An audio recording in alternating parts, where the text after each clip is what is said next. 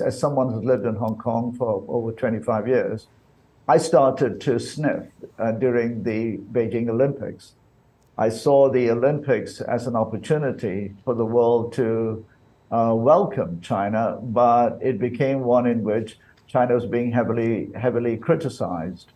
And so the bashing then just went off the radar in the last 6 years. And the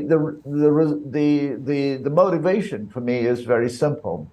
At one level, it's rooted in the exceptionalism of the American view that we are the only ones that can be number one. That exceptionalism, in my view, is also rooted in racism, that others cannot be at the same table with us. The whole, concept of the yellow peril and all of these things, and xenophobia. But the root cause of all forms of racism and this sort of exceptionalism, as I speak about in my book on dismantling global white privilege, is the retention of economic power. Colonization was about extracting wealth, dominating wealth, and having a hegemony in terms of economic power. Today, the troops are off the ground, but other instruments of power, including the rules of globalization and terms such as the rules-based order, are used to dominate others.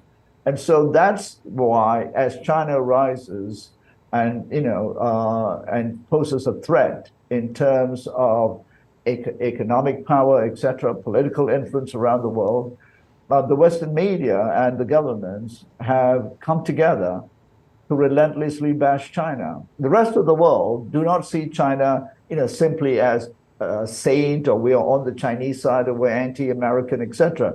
We just want to see how the two biggest powers will work together and create a more peaceful world in which the others can essentially also benefit from that cooperation.